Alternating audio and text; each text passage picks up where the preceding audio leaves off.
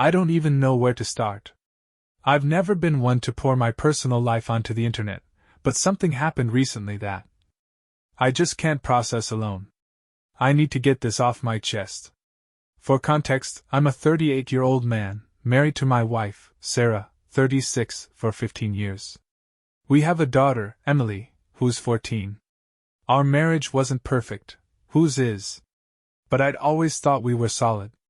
I work in tech, so sometimes I have to travel for business. This New Year's was one of those times.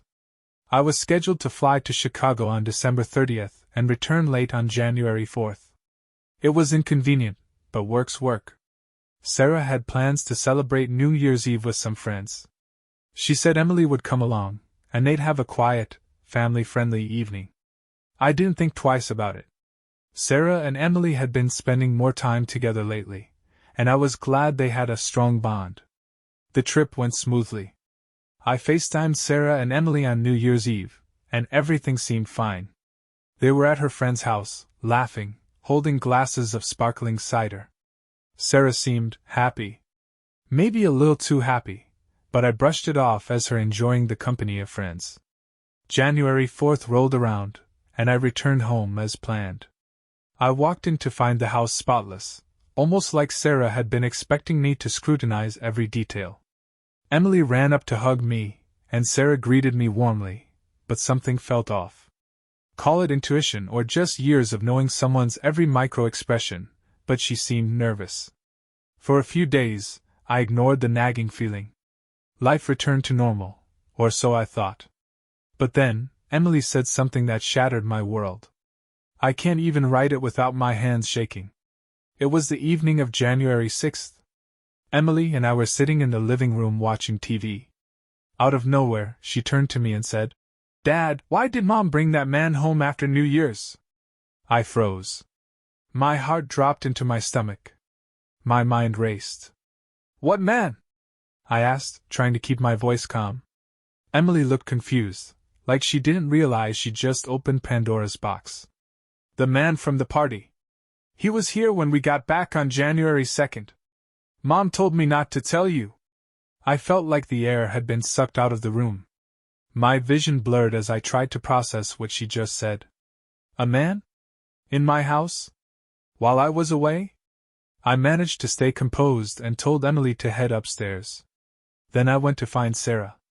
I needed answers, and I needed them now. What I discovered that night was just the beginning. After hearing Emily's words, my mind spiraled into a storm of questions and suspicions. I found Sarah in the kitchen, humming to herself as she cleaned up after dinner. It was like nothing had happened, like she hadn't just been accused of something that could rip our family apart. "Sarah," I said, trying to keep my voice steady, "we need to talk." She glanced at me, her hands still in the soapy water. "Sure, what's up?" My stomach churned. How could she act so normal? "Emily mentioned something strange," I said carefully. "She said there was a man here after New Year's. She said you told her not to tell me." The color drained from Sarah's face. She froze, her hand gripping a dish so tightly I thought it might break. "What are you talking about?" she asked, forcing a laugh that didn't reach her eyes. "You tell me," I said, crossing my arms. "Why would she make something like that up?" Sarah dropped the dish back into the sink and turned to face me, her expression now a mix of guilt and defiance. "I can explain," she said. "Then explain," I snapped. My voice was louder than I intended, but I couldn't hold back. "Who was in my house while I was gone?" For a moment, she said nothing. Then, with a deep breath, she began.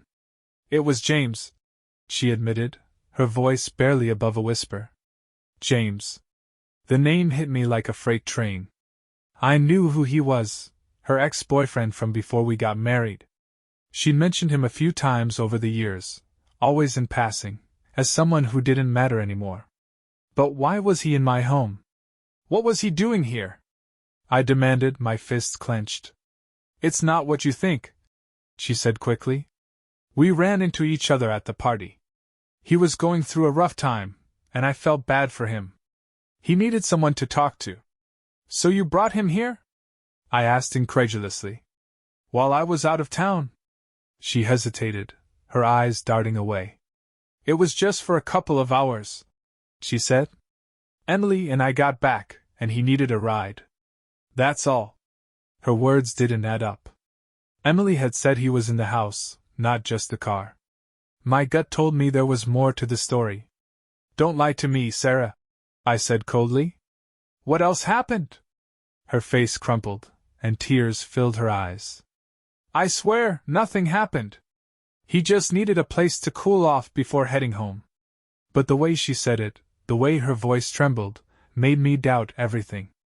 My trust in her was slipping through my fingers like sand. You told Emily to keep it a secret, I said.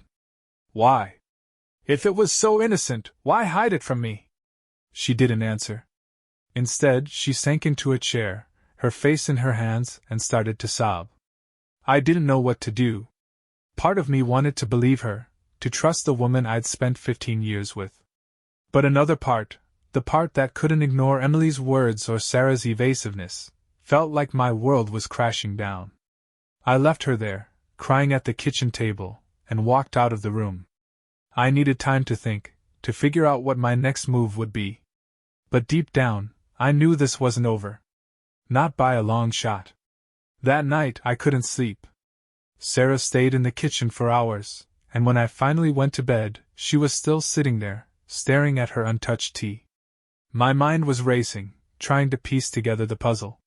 Why was James there? What was Sarah hiding? And why would she involve Emily in her deception? The next morning, I decided to talk to Emily again. I didn't want to interrogate her /U 2014, she's just a kid /U 2014, but I needed clarity. While Sarah was upstairs, I found Emily in her room, sketching in her notebook. Hey kiddo, I said, sitting on the edge of her bed. Can we talk for a minute? She looked up at me, her face a mix of curiosity and concern. Am I in trouble? No, not at all, I assured her. I just want to understand something. Remember what you told me yesterday? About the man who came home with you and Mom? Emily nodded, her eyes widening slightly. Yeah. Was I not supposed to say that? No, you did the right thing, I said quickly. I just want to know a little more. Can you tell me what happened when you got home that night? Emily put down her pencil and thought for a moment. Well, we left the party kind of late. Mom said James didn't have a way to get home, so we gave him a ride. Okay, I said, keeping my voice calm. And then? She shrugged. We got here, and Mom said he could come in for a bit because he was too tired to drive. They talked in the living room while I went upstairs. Did you hear anything they talked about? I asked gently. Emily shook her head. Not really. I fell asleep pretty fast. But he was gone in the morning. My chest tightened. Gone in the morning? That meant he'd stayed longer than Sarah admitted. Did Mom say anything to you after that? Emily hesitated, her face turning red. She just said not to tell you. She said it would make you mad. I smiled weakly, trying to hide the storm brewing inside me. Thank you for telling me, Emily. You didn't do anything wrong. She smiled back, relieved. Okay, Dad. I kissed her on the forehead and left her room, my mind swirling with new doubts. Sarah had lied to me. There was no denying it now. She told me James was only here for a couple of hours, but Emily's words painted a different picture. He'd stayed the night. In my house. My anger was boiling over, but I knew I couldn't confront Sarah again until I had all the facts. I needed to know exactly what had happened before I made my move. The only question was how far I was willing to go to find out. By the afternoon, I decided I couldn't sit idly by any longer. If Sarah wasn't going to give me the truth, I'd have to find it myself. While she was out running errands, I began searching for clues. First, I checked our home's security cameras. We had a small system with a doorbell camera and one overlooking the driveway. My hands shook as I scrolled through the footage from January 2nd. Sure enough, around 1 a.m., I saw Sarah and Emily pulling into the driveway. A man, James, was with them. He got out of the car, carrying a bag, and followed them inside. I fast-forwarded, watching the footage of the front door. James didn't leave until nearly 7 a.m. That meant he had stayed the entire night, just as Emily had said. My heart pounded in my chest. What had gone on during those hours? Next, I checked Sarah's phone. I hated myself for doing it, but I felt like I had no choice. Her texts to James were still there, and they told a story that made my blood run cold. December 30th, 10:45 p.m. Sarah, it's been so nice seeing you again. I forgot how much I missed this. James, me too. Tonight felt like old times. December 31st, 12:22 a.m. James, are you sure about this? Sarah, I don't know what I'm sure of anymore. Let's talk after the party. January 2nd, 12:18 a.m. Sarah, come with us. We'll figure it out. I couldn't read anymore. The betrayal wasn't just a possibility anymore, it was real, and it was staring me in the face. Sarah had invited James into our home, into our lives, while I was miles away, trusting her to be the person I thought I knew. When Sarah returned, I was waiting for her in the living room. She walked in, setting down a bag of groceries, and froze when she saw my face. She knew immediately that I'd found something. Tell me the truth, I said, my voice steady but icy. All of it. Don't lie to me, Sarah. Not again. She hesitated, her eyes darting to the floor. I don't know what you're talking about. I pulled up the camera footage on my phone and showed her the clip of James leaving our house in the early morning hours. Her face went pale. Explain this, I demanded. Sarah sat down, her hands trembling. He didn't have anywhere else to go, she stammered. It was just one night. We talked, and that's all. Don't insult my intelligence, I snapped, my voice rising. I saw the messages, Sarah. You didn't just talk. You brought him here because you wanted to, because you chose him over me. Tears streamed down her face, but I felt no sympathy. I didn't mean for it to happen, she sobbed. I was confused. I made a mistake. A mistake? I repeated bitterly. You didn't trip and fall into this. You made a series of choices, every single one of which betrayed me. She tried to grab my hand, but I pulled away. Please, I can explain, she begged. No, Sarah, I said coldly. You've said enough. I walked out of the room, leaving her crying on the couch. My mind was already working on what I would do next. Sarah thought this was the end of the conversation, but she was wrong.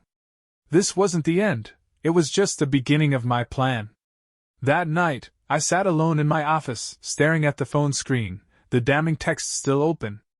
I felt a mix of rage, betrayal, and heartbreak. 15 years of marriage, and she had thrown it all away, for what? A fling with a man she hadn't seen in over a decade? But anger wasn't enough. I needed to take action. First, I made copies of everything. The security footage, the text messages, the timestamps, it all went onto a flash drive. If Sarah thought she could manipulate her way out of this, she was wrong. I would have proof, and I wouldn't let her gaslight me into believing I was imagining things. Next, I started to formulate my plan. I wasn't just going to confront Sarah again. I wanted her to feel the weight of her actions. I wanted her to understand what it felt like to be betrayed and left in the dark. Over the next few days, I began distancing myself emotionally while still keeping up appearances. To Sarah, it probably seemed like I was sulking, processing my feelings. To Emily, I tried to act normal. I didn't want her caught in the crossfire any more than she already was. But behind the scenes, I was preparing for the next step.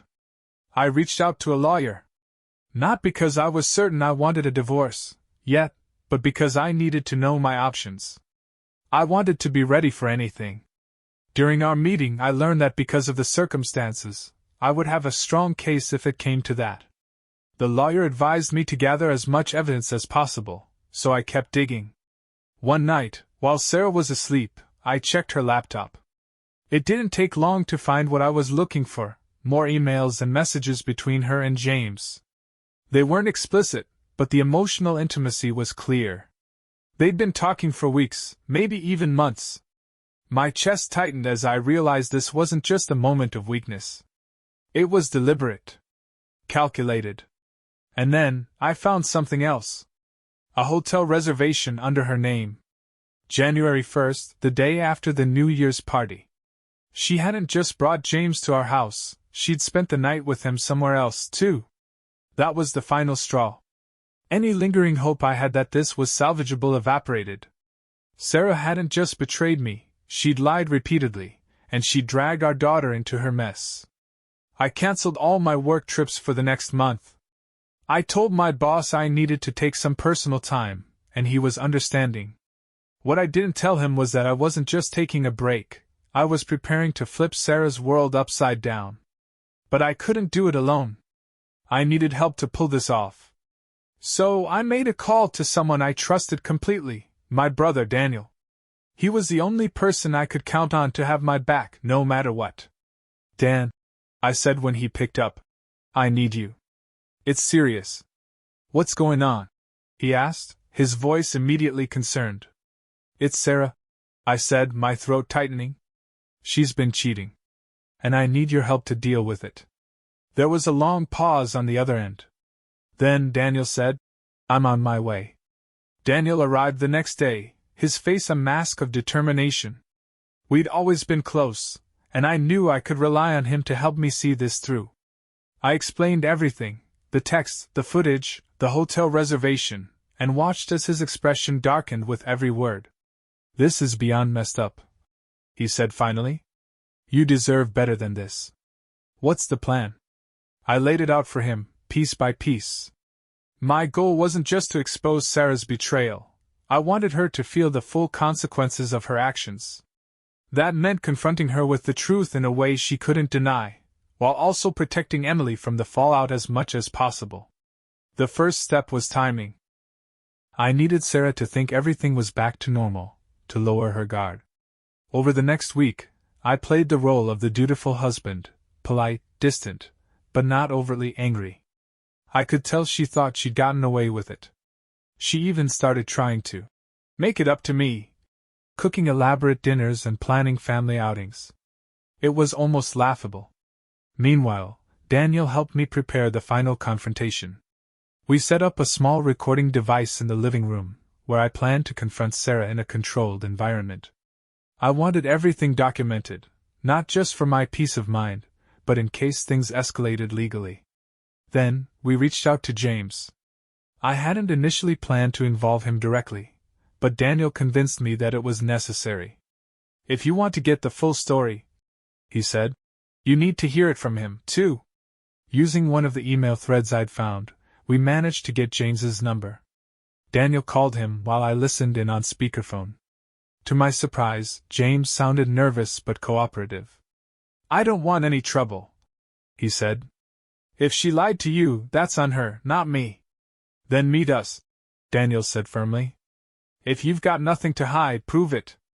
After some hesitation, James agreed to meet at a neutral location, a coffee shop across town. Daniel and I went together, leaving Sarah at home with Emily. The tension in the air was palpable as we waited for him to show up. When James finally walked in, he looked as uncomfortable as I felt. He was taller than I expected, with a sheepish demeanor that didn't match the image I'd built of him in my head. He sat down across from us, avoiding eye contact. What do you want to know? He asked, his voice low. Everything, I said. What happened on New Year's? And why did you think it was okay to come into my house? James sighed, running a hand through his hair. Look, man, I didn't know she hadn't told you. She made it sound like your marriage was already over, like you were just co-parenting until it was official. I felt a fresh wave of anger rise in my chest. She told you that? He nodded. She said she wasn't happy, that you didn't love her anymore. I believed her. If I'd known the truth. Stop, I interrupted. I don't care about your excuses. Just tell me what happened. James hesitated but finally relented. We reconnected at the party. She said she missed me, That she'd made a mistake choosing you over me all those years ago. One thing led to another, and well, you know the rest. My fists clenched under the table. Hearing it from him made it all the more real, but it also confirmed what I already suspected. Sarah had been lying to both of us. I leaned forward, my voice cold. You're going to help me set the record straight. James blinked. What do you mean? You're going to tell her the truth, I said. In front of me. No more lies, no more games. You owe me that much. The day of the confrontation, my nerves were frayed, but I was determined. Everything was set, the recording device was in place, Daniel was ready to back me up if things got out of hand, and James had agreed to show up. It was time to put an end to the lies. That evening, I waited for Sarah in the living room. Emily was at a friend's house for a sleepover, one less thing to worry about. When Sarah walked in, she looked surprised to see me sitting there, her eyes darting to Daniel, who was leaning casually against the wall. What's going on? She asked, her voice cautious. Sit down, I said, keeping my tone steady. We need to talk. Her face tensed, but she sat on the edge of the couch. This feels serious, she said nervously. Oh, it is, I replied. We're going to clear the air tonight. No more secrets, no more lies. Before she could respond, the doorbell rang. Sarah flinched, her eyes widening as she looked at me. Who's that? You'll see, I said, rising to answer the door. When I opened it, James stood there, looking equally nervous. He stepped inside, and Sarah's face went pale. She glanced between us, her hands trembling in her lap. James? She whispered. What are you doing here? He's here to tell the truth, I said, closing the door behind him. Because clearly, you weren't planning to. I don't know what you're talking about, she stammered, but her voice betrayed her. Cut the act, Sarah, I snapped. I've seen the messages, the hotel reservation, the security footage. I know everything. Her mouth opened, but no words came out. James shifted uncomfortably, but I gestured for him to speak. Look, Sarah, he said, his voice hesitant. He knows. There's no point in lying anymore. Sarah's face crumpled, and she buried her head in her hands. I'm sorry, she whispered. I didn't mean for it to go this far. Didn't mean for it to go this far? I repeated, my voice rising. You lied to me, to James, to Emily. You brought him into our home, into our lives, and you want to act like it was a mistake? Sarah looked up, tears streaming down her face. I was confused. She pleaded.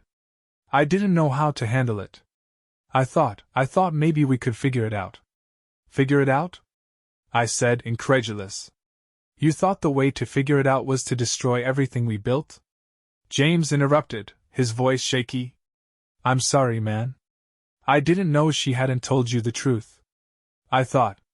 Save it, I said sharply. You're not blameless, but this isn't about you. It's about her. Sarah broke down completely, sobbing into her hands. Please, she begged. Don't do this. We can fix this. I love you. I stared at her, my heart a mixture of rage and pain. Love? You don't do this to someone you love. The room fell silent, her sobs the only sound. Daniel stepped forward, placing a hand on my shoulder. You've said your piece, he murmured. Now it's up to you. I took a deep breath, feeling the weight of the moment. The next words I said would determine everything. The silence in the room was deafening. Sarah's sobs grew quieter, but her tears didn't stop. James stood awkwardly, as if he wanted to disappear, and Daniel remained by my side, his presence steadying me. I can't do this anymore, I said finally, my voice cold and resolute. I can't be in a marriage built on lies. Sarah's head shot up, panic flashing in her tear-streaked eyes. No, please don't say that. I'll do anything. We can go to therapy. I'll cut all contact with James, whatever it takes. Just give me a chance. I shook my head. This wasn't a single mistake, Sarah. You lied to me for weeks, involved Emily, and betrayed the trust we built over 15 years. You didn't just break my heart, you destroyed the foundation of our family. James shifted uncomfortably. Maybe I should go, he mumbled. No, I said, my eyes fixed on Sarah. You stay. You were part of this, and you're going to see it through. Sarah buried her face in her hands again, sobbing harder. Please, I love you. I was stupid, I made a terrible mistake, but I love you. Don't throw everything away. I clenched my fists, trying to keep my anger in check. I'm not the one who threw it away. You did that the moment you let him back into your life. Daniel cleared his throat. You've said what you needed to say. Now it's time to decide what comes next. I nodded, grateful for his steady presence. Sarah, I said, my tone firm, I'm filing for divorce. Her sobs turned into wails. No. Please don't do this. Think about Emily. Think about what this will do to her. That hit me like a punch to the gut. Emily. My sweet, innocent daughter caught in the middle of this mess. But I knew staying in a broken marriage for her sake would only hurt her in the long run. I am thinking about Emily, I said. She deserves to grow up in a home where honesty and respect mean something. Staying together after what you did would only teach her that betrayal is acceptable. And it's not. James looked like he wanted the ground to swallow him whole. I didn't mean for this to happen, he muttered. I'll leave and never come back. Good, I said, my voice sharp. That's the first smart decision you've made. He gave a quick nod and all but bolted for the door. The sound of it closing echoed through the house. Now it was just Sarah, Daniel, and me. Where will you go? Sarah whispered, her voice trembling. For now I'll stay here, I said. This is my house. If you need time to figure things out, you can go stay with a friend or family. But this marriage is over.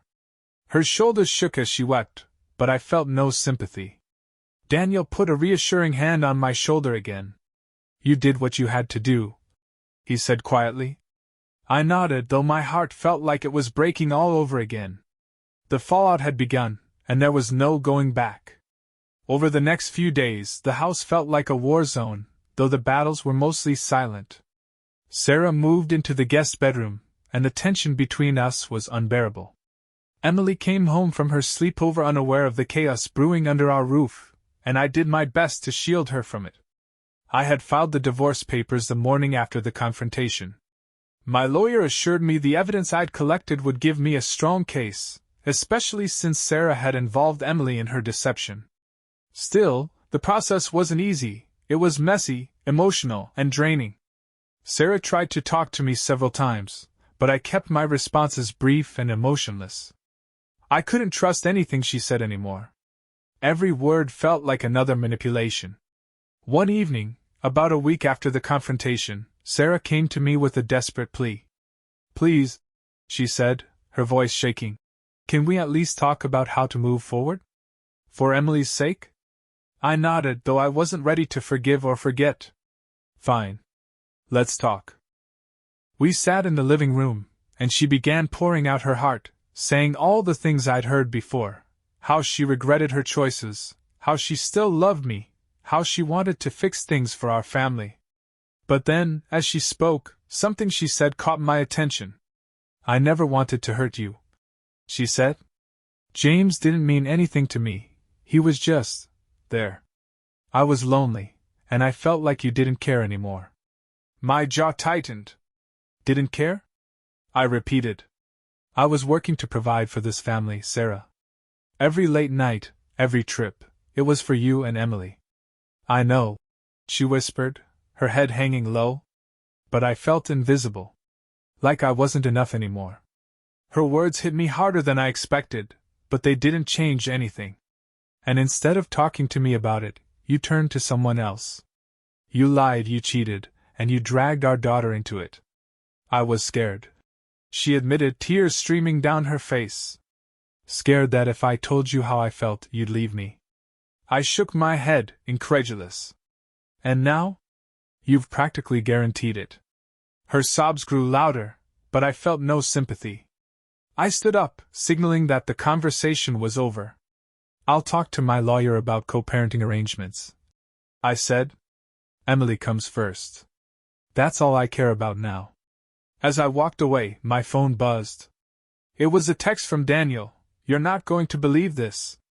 Check your email. Curious, I opened my email and found a message from him with an attachment. It was a forwarded email chain between Sarah and James.